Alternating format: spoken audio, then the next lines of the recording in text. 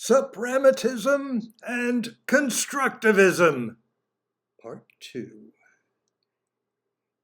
We are now starting up with constructivism, and the way we're going to do that is by taking a look at Vladimir Tatlin. It was he and Alexander Rodchenko who were the leaders of this group, and the group was not that big, a couple of dozen artists, and Tatlin was a painter, an architect, and primarily known for one thing, his masterwork. That's a maquette there next to him. It's his design for the Monument to the Third International. What, pray tell, is that? Well, it was going to be this massive structure in Petrograd, and it was going to symbolize the executive core of the Workers' International. It was going to be the nerve center from which the spread of world communism would be governed. And of course, the spread was going to be inevitable. They had the plans in place, and they just needed to have the building in place. So here you can see there are, in the structure, concentric spirals going around, conical spirals. And that was meant to symbolize the concept of the cyclical dialectic with, you can see at the top, that cylinder emerging from the head there. And each floor had a different function. The first floor would actually rotate once a year, so very slowly, and that would be where they would hold their meetings. That was a legislative branch of the operation. The second level would make a complete rotation every month. And that was where the executive and administrative committees were going to be located. Then at the top, the cylindrical area, that was going to be the communication center for the dissemination of information. And at that time, we're talking 1920, that would include telegraph office, radio station, printing press, projection screen. Basically, they didn't have to concern themselves with Wi-Fi connections. And one of the students wrote in a reading analysis, talked about that the spirals and the diagonal beam were meant to represent the progression of the future in communism, and the rotating buildings inside it were to represent an efficient machine-like government. Okay, so what do we have here?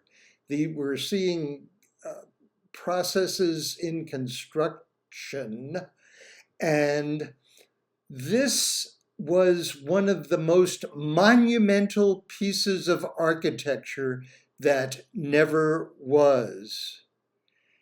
And despite the best laid plans, why did it not happen? Well, it certainly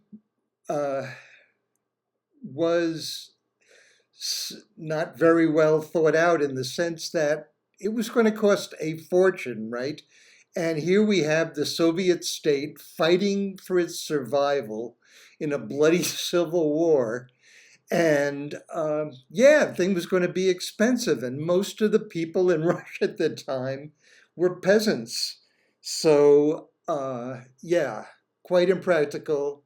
So this is never got past the early planning stages. So that's Tatlin. And next we go to Alexander Rodchenko, who, as I say, was the leader with Tatlin. And they were, contrary to the best intentions of suprematism, they renounced art for art's sake, because they wanted to devote themselves, these constructivists, to things like industrial design, visual communications, and the applied arts, because this was about serving the new communist society. And this group actually called on artists to stop producing such useless things as paintings. So, you imagine that we were talking before about the history of art and the history of design happening at LMU. And it tends to be, for the most part, people will go, well, there's art, and yeah, there's also design. Well, here we have a switch of that. The constructivists were saying the art for art's sake suprematists and those sort of people are useless in a time when we need to construct a working socialist society and use it to basically take over the world with their ideology. And so with his wife, Varvara Stepanova, they put together what they called a productivist manifesto. Okay, remember, this is the 1920s. This is the early 20th century where no movement was a movement without a manifesto. And theirs was down with art, long live technical science. Religion is a lie. Art is a lie. We must destroy the last remaining attachment of human thought to art. Down with the conservation of artistic traditions. Long live the constructivist technician. Down with art, which only obscures the incompetence of the human race. So basically, the collective art of today is the constructive life. So everyone should be turning to the poster, because such work now, I'm quoting, such work now belongs to the duty of the artist as a citizen of the community who's clearing the field of the old rubbish in preparation for the new life. Sounds like a couple of other manifestos we've been talking about, right? So about Varvara, way too often overlooked. And the research you can do on her is incredible. She is a great talent, standalone talent on her own. And anyone looking into Rodchenko must look into Stepanova. And here's an example of her modeling her work. This is 1928. And she designed a unisex sports uniform with a geometric design that was meant to accentuate the movement of the athlete. And you can see the bold lines there that meant to echo the movement. And but it was also introducing a minimalist look that you can actually still see in a lot of contemporary fashion labels. And she was very prolific and extremely influential in the constructivist movement. You could say principally a graphic artist and a textile designer. And what she was doing was championing the principles of function, simplicity, and respect for materials, something we also saw in previous discussions about other design movements. And what her design was, what was characteristic of her design was fundamentally honesty, right? Her prints would draw the attention to the material quality of the fabric, really being honest in the material. And and very well designed in the sense that it would her clothes responded to how the body moves in space. She was really very considerate of the function of the clothing. That was more important to her than the aesthetics. And part of the minimalism was that there were no superfluous elements that might distract from the fundamentals of how the fabric, how the garment would be used. And and she created uniforms for various other professions, specialist workers, actors, in addition to athletes. And each one was designed to best accommodate the physical movements that were involved in their job. So uh, part of this vision of a progressive society was that every bit of material needs to help in the building of the society and also be affordable, unlike Tatlin's monument. And so, yeah, and you can see it's they're also somewhat theatrical. I mean, in spite of their logic and functionality, and and really at the time, abstract art was coming into play, and it was being linked up with useful design. And another important thing about Stepanova's design here uh, is the quality that's getting very much to the forefront today, and that is sustainability. Now, in other words, the more useful a garment is, the more likely it is that we're going to keep it and repair it, basically sustain it, right? And so part of that whole thing has to do with, at the time, there were issues of environmental sustainability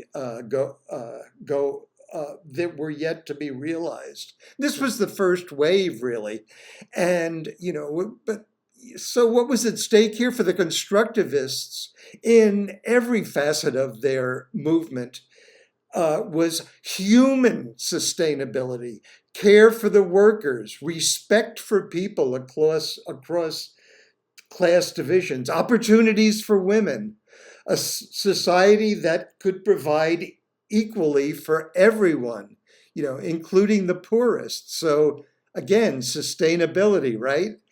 And so she was attempting to be stylish, as well as utilitarian, and also, playful as well as functional. And again, you can start. Those of you in the fashion know can think of what sort of what sort of contemporary labels are doing that sort of thing.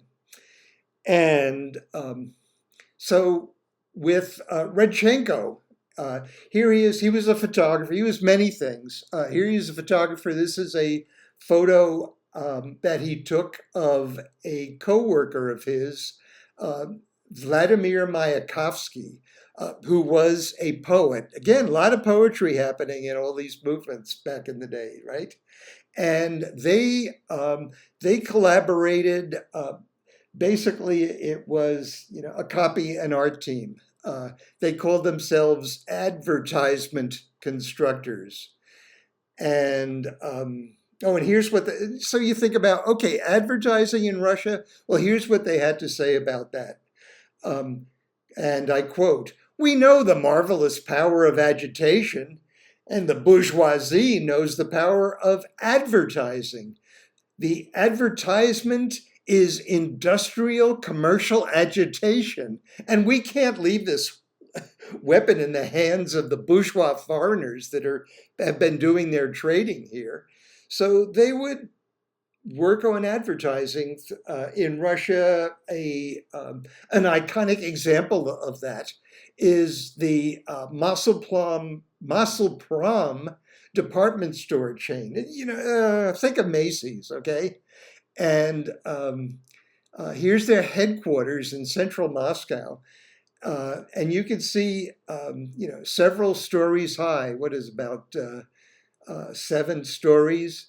And on each story on the outside, it would tell you what it is you can buy on every floor.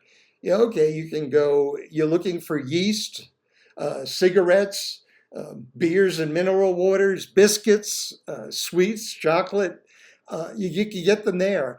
And Rodchenko, like the copywriters of today, would come up with slogans. In this case, it was nowhere else but in Masselprom. And you can see that repeated on every alternate floor level. And so Masselprom was all over the country. Here's a sales kiosk with a billboard. Where did they buy and eat such delicious macaroni and vermicelli? Ah, nowhere else but in Masselprom. So repeat, and embed and brand. And here was branding for the public dining room. Everyone needs to have lunch and supper. Where do you go? Well, there's nowhere else but Masselprom, city dining rooms, right? And here you can see the formulation take place of the visual aesthetic of Rodchenko. Again, simplicity, the minimal amount of color, again, for practicality's sake, and cost saving. Another variation on that style, a cigarette advertisement.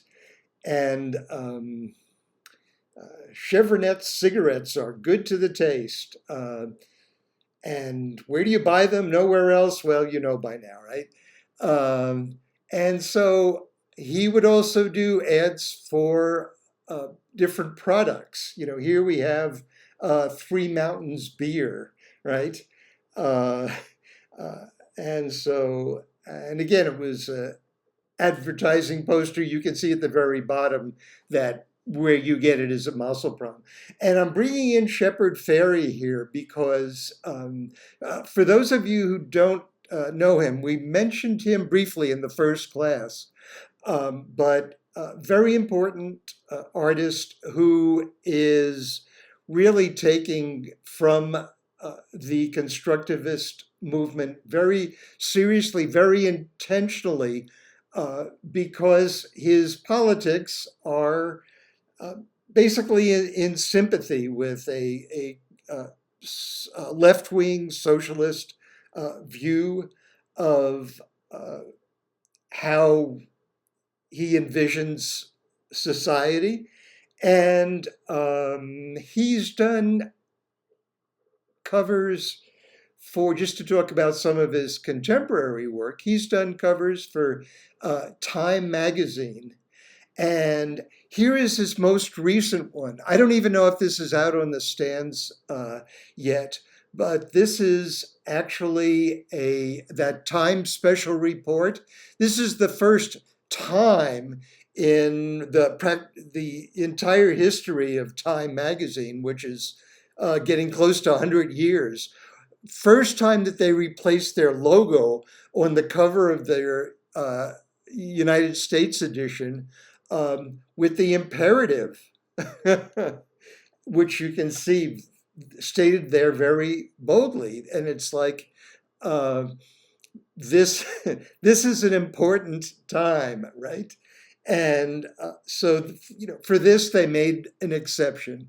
And so this is the most recent of Shepard Fairey's, and you can see it's a special report, and what you get inside is a guide for readers on how to vote safely during this this incredible year, and with the pandemic. And it's like, and the idea is, the subject in the portrait is, it's like you know, they know that there are all sorts of additional challenges to democracy facing us during a pandemic, right?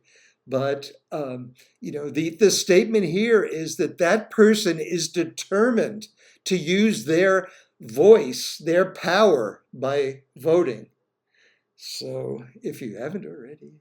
And if you're interested in finding out more about Shepard Fairey.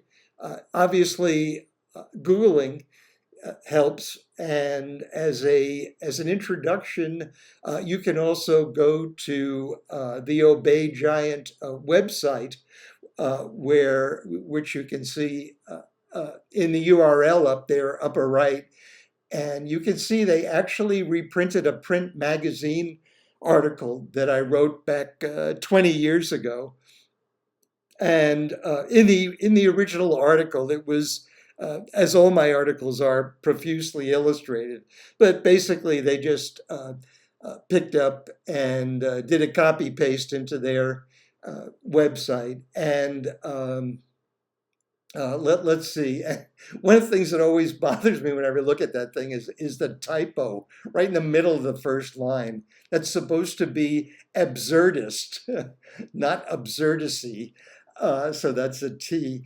But beside that, this will give you a foundation. This was when I was interviewing Shepard. Basically, when he was started out, he hadn't even really made it to LA. I was going down to his studio in San Diego, and would also see him when he came up here to do his guerrilla postering. Again, long story, but just to touch on it, take a look, investigate, be a detective. So back to Rodchenko. And yeah, again, context, you go, okay, this is an advertisement for something, but what is it? I mean, first look, you wouldn't even think it was an ad, right? Just take a second yourself. Just look at it and think, what's going on there? What's happening with this giant head? What's happening to those black things floating around the mouth? I will now pause for a second while you come to your own conclusions. Okay. Okay, so anybody who said pacifiers for babies were correct, and hardly anybody usually gets this in class. And this was a poster for a shop window display, and again the the Mayakovsky copywriting. There are not, and there have never been any better pacifiers. And they're ready for sucking until you reach old age. Sold everywhere. And again, guess what's going on here? This is a trademark, and it's got nothing to do with pizza. And it's the Voluntary Share Society for assisting, wait for it, the development of aviation. And it's like, okay, once you hear that, you go, oh yeah, propellers and supremacists digging the airplane, right? So you got that going on.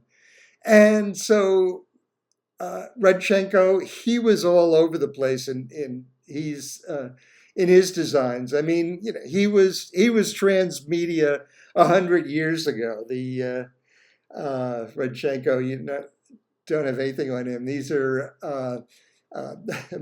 Mist Mend books, which I've been meaning to read them because they really look like the kind of series I'd like. So I'll have that to report on maybe next class. And here's his most iconic piece that everyone's familiar with because it's been repurposed so often.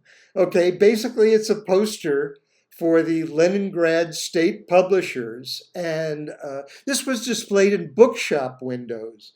And what's the message? Lenzig, books in all branches of knowledge. So there we have books. And the making of this involved Rodchenko taking the photograph. He's doing the entire thing. Here's a shot of Lilia Brick that he took. And, this kind of iconic gesture, this sort of megaphone, this speaker representation here is really part of the constructivist mode. This is Gustav Klutz's, another important constructivist designer. This is again, poster about spreading the world. This is what, 24. This is, Lenin and such appealing to the oppressed people of the whole world. Really, we're talking world revolution here. And that's what the designers were all about. I mean, really, constructivism is, the most important design movement that Russia has contributed to society. And again, just a little look back at our friend Shepard Fairey. So you can see, he really, loves himself some design history when it comes to the Soviet constructivists. Okay, and now moving on, we're going to, I'm going to ask you the question.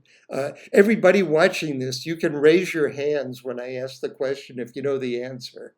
Who of you has heard of Franz Ferdinand? Okay. So this is a trick question because there are two answers to this question. And the first one is this guy here, the Archduke. Basically, he was the heir to the Austro-Hungarian throne. And just to cut to the chase here, it was his assassination that triggered a series of events that led to the beginning of World War I. Okay? Basically, he was assassinated by a Bosnian Serb student, a member of a group that was seeking independence from Austro-Hungary. That was the cut to the chase. But some of you may have raised your hand because you recognize that Franz Ferdinand was also the name of a band. And so, okay, one of the things that I found out in the course of this, putting these things together is if I load material on YouTube that has a song in it, they instantly have a way of finding out that the song, which is copyrighted, which 99.999% of them are, they can just basically tell you, no, you can't do that, which is fine. So what's going to happen here, I'm going to show you how Franz Ferdinand relates to the revolution graphically, as well as ideologically, at least give you a taste. But this is one that I'm just going to be posting on Brightspace, yes. Not .ed, that's Art Center. And I won't be posting on YouTube because they'll tell me, you know what, you're not allowed to do this. But when you're watching it, take a look at the graphics here, because you're going to be seeing Dada in here. You're going to be seeing constructivism. You're going to be seeing the style and Bauhaus that we're going to be talking about next session on the Bauhaus. And so here it goes. And it's interesting for me that the song is actually called Take Me Out, considering what happened to the original Archduke.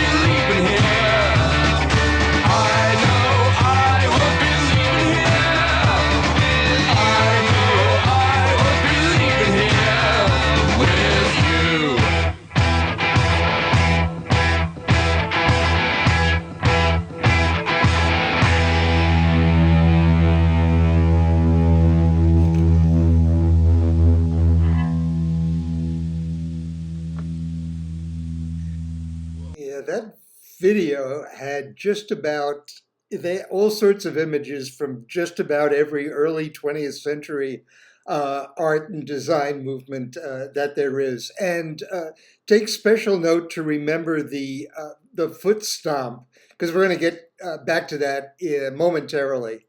Uh, and So next we're going to go to, so we have Franz Ferdinand picking up on Rodchenko, and next we have another contemporary, and that is Barbara Kruger, who is still practicing. She pretty much started out, she was one of the revolutionaries in the 1980s postmodern art scene. And she pretty much, if you look at her work here, in addition to being able to, be picking up from the from constructivism, she's also, she's picking up from the modernist movement in general, because there's Futura. And the thing about her is, if you look back on her work from those early days, this one in particular, you will see that she is you could say that she's the mother of all memes. I mean, she was, her artwork, which I'm showing you one here in the gallery so you get a sense of how huge these things are pretty much the start of it. And of course, not literally. It's just that sensibility. She really knew how to use it. That combination of words and images. Words and images. Well, hey, that's graphic design. How does that work? Well, here's how it works. Because Barbara Kruger started out as a graphic designer, and this is one of the paperback covers she designed on the left. Peter Kropotkin, and so we are talking here about her studying, oh my God, studying design history, at which point she discovered and, not just mimicked, but really made her own the constructivist sensibility, the Rodchenko, whatever it might be. But the difference between, here we can take a look at, talk about what's art and what's design. Okay, well, design is the paperback book because you pretty much read it and you know exactly what it is in 5 words or less. But then her artwork here, thinking of you, what's going on here? Let's take a look at that for a second. Okay, what do we have here? There's a softness to the upper right. You would say a hand reaching out that would be female, especially in contrast to the dominating shape of the male hand. And the male hand has a safety pin in it, which in a sense is iconic of diapering babies, right? The whole idea of women knowing their place, that sort of thinking, and so thinking of you, it's like what is that coming from the man or is it coming from the woman? And what's the relationship between the outstretched hand and the hand that's practically a fist? It's like, bottom line here is a woman reaches out to a man and gets a prick. Okay, and she also did, even after she was a very successful fine artist, she would also take on graphic design jobs, like this cover of Esquire, cover story on Jock Howard Stern, and you can see the the cover, she actually wrote a story in there. So not only did she contribute a story about Stern to Esquire, she designed the cover and she also designed the spread inside.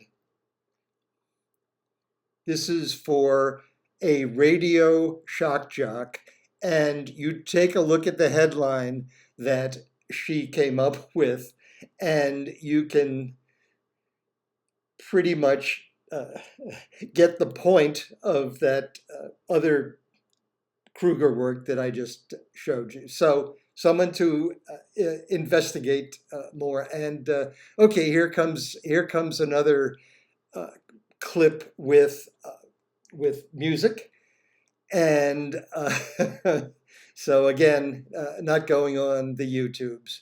And well, let's just show it first, and then we'll talk about it.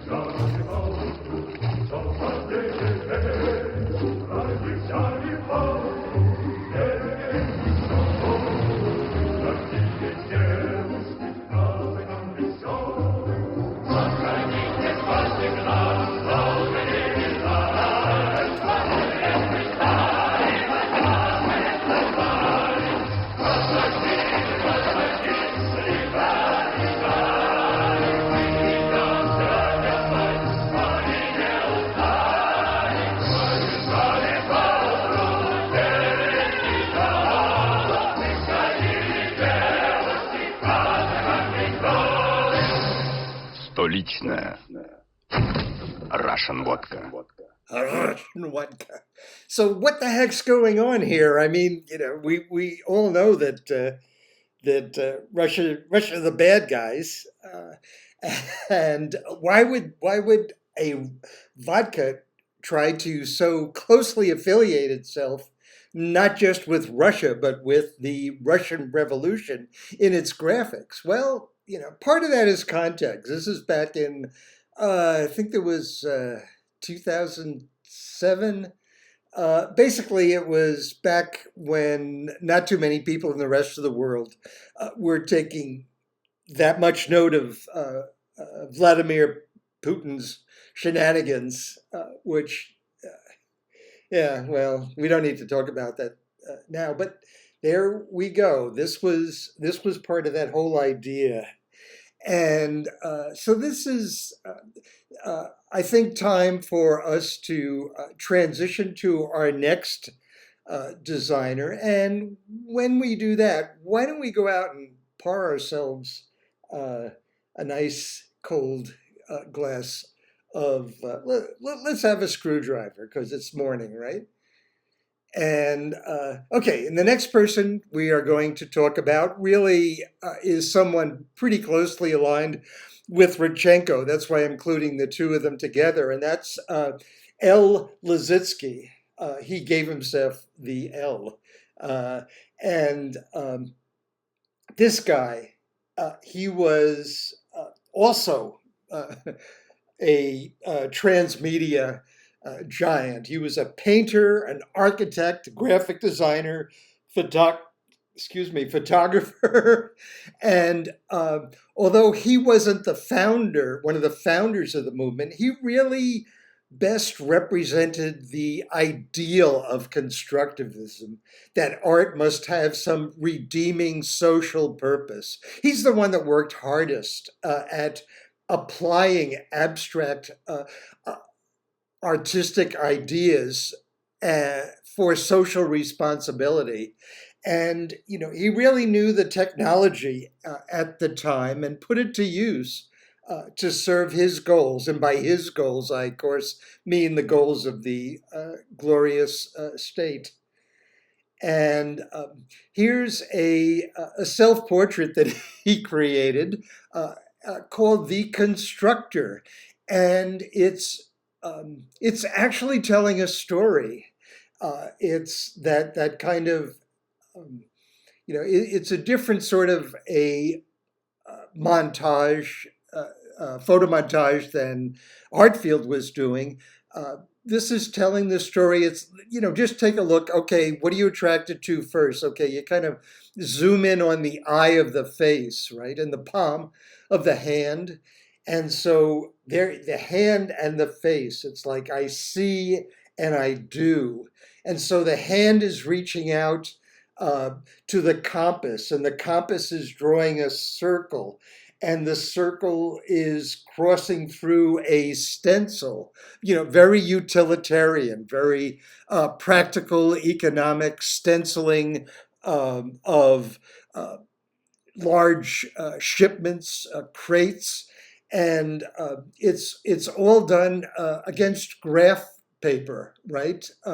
You see that in the background. So the idea is the artist is the engineer of the world, okay, and and the idea is that basically man, the creator of the human environment, can also transform human nature.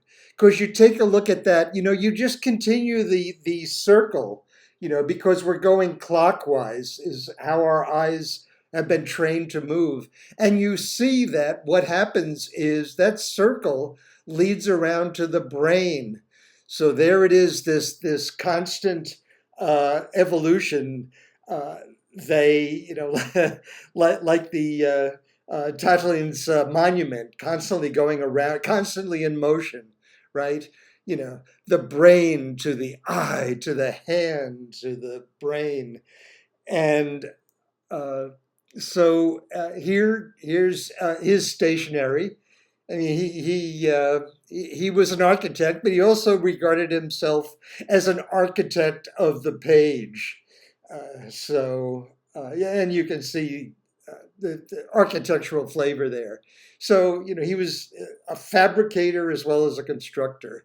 And here's one of his most well-known pieces, just like the book's poster by Rodchenko, because it's been so widely and often imitated. Okay, so here we have the Bolshevik army, right? This is 1919, right? We're working our way through. This is, in the heat of the Russian Revolution, right? And here you can see the title up there, and so the triangle, of all the abstract shapes, the triangle is the most forceful when you go to basics. It's like, the circle is stationary, the square, but the triangle has that kind of dynamic. You have this red wedge that's slashing diagonally into the white sphere, which is basically signifying the bad guys, the white forces. And so even the slogan's words are kind of like cartoon speed lines, and they're placed specifically to reinforce the dynamic movement that's going on there. Basically, this is an abstract call for the destruction of the enemy. So this is really, abstract art meant to inform and uplift and motivate the population. And to what extent the peasants were able to get it, the farmers, agricultural workers, the rest of it, kind of hard to say. And this is actually an adaptation of a sculpture that was, you can see the sketches here for a sculpture that was going to be erected in Moscow. The plans again had the same idea: beat the whites with the red wedge. And the graphics, they're echoing Rodchenko. In this case, they're predating it. So you see the dynamics of force at play here, and this is a time. Remember, we have all those art and design movements happening at the same time. Those interwar years, those great times of transition. And so we go to Deco. We go back to our good friend Cassandra. Look at what's happening here. Look at the geometry that's going on here and how Cassandra made it dynamic. Remember, there was an underlying foundation, right? And Liszewski did book design. Okay, this is pretty much a catalog, really, for an exhibition of all the different isms that were happening in 1924. And part of what the catalog had to do was to communicate all the information in three different languages. So you can see getting very mathematical there, dividing up the space, the white areas, the bold rules, and this is really part of setting a typographic standard for the modern movement, the modernist movement, really. And the verticals are separating the text, which was in German, French, and English, and little horizontal bars that up top there emphasizing the important introductory quotation. So it's doing the job of leading the eye around. And to take a look at one more of the book, one more of his books, we have here For the Voice, which is a collection of 13 poems that were intended to be read aloud, right? For the Voice. The reason they were meant to be read out loud was that they were serving as a means of propaganda. This is the cover on the right, and there's the spread. Okay, and so you have these angles going on, counterbalancing with the Cyrillic letter forms, these block-like shapes. And notice that only one letter is used at the intersection of the two words, right? That they're sharing that same letter. What we see is that inverted R. And, Mayakovsky, remember, our copywriter from back with Rodchenko. He was also working with Liszewski in that case. And that's part of that whole visual economy. It's like using why use two letters if one will suffice? A time of incredibly rough, horrible shortage going on throughout the entire country. So the covers meant, you got to quickly absorb visual information, all that stuff that we were talking about with Cassandra, and but we're also using letters as images here, and you can even see it in the cover with that O shape there. That's doing more than an O. That's actually a stylized mouth with the red inner circle resembling lips. Basically a symbol for the human voice for the cover of For the Voice. And you look for connections. That's part of the big situation with your midterm and final is find these relationships, do the detective work. Okay, so again, For the Voice. That's part of that whole constructivist sensibility, echoing in all sorts of work, in all sorts of media, by all sorts of constructivist designers. Okay, so then we go into the book itself. It's one of those ones where you have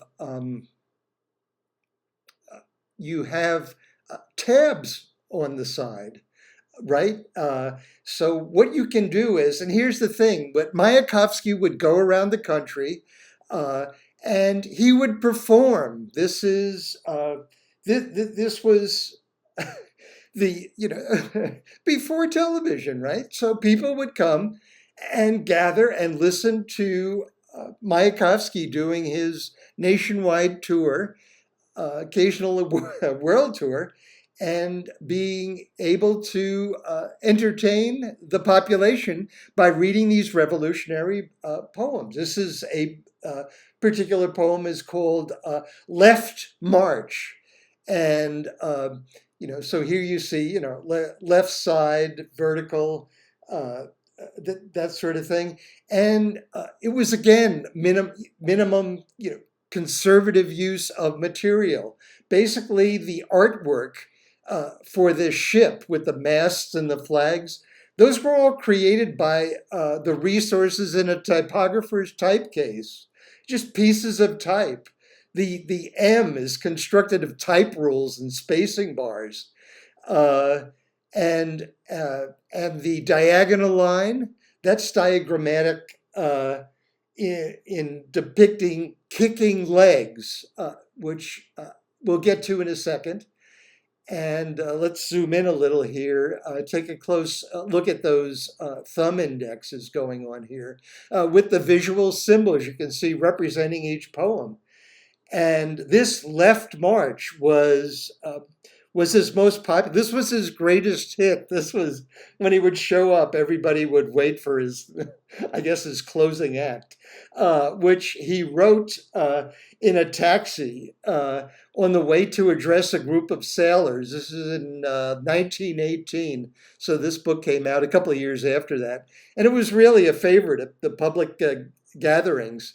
So picture a time when people would gather around for entertainment and not only just listen to poems, but actually give them thunderous applause. I mean, even poetry slams don't get that sort of heavy. So here we have it. Here we have a look at the the continuation of the poem. Again, two color, conservative, not keeping the expenses in check.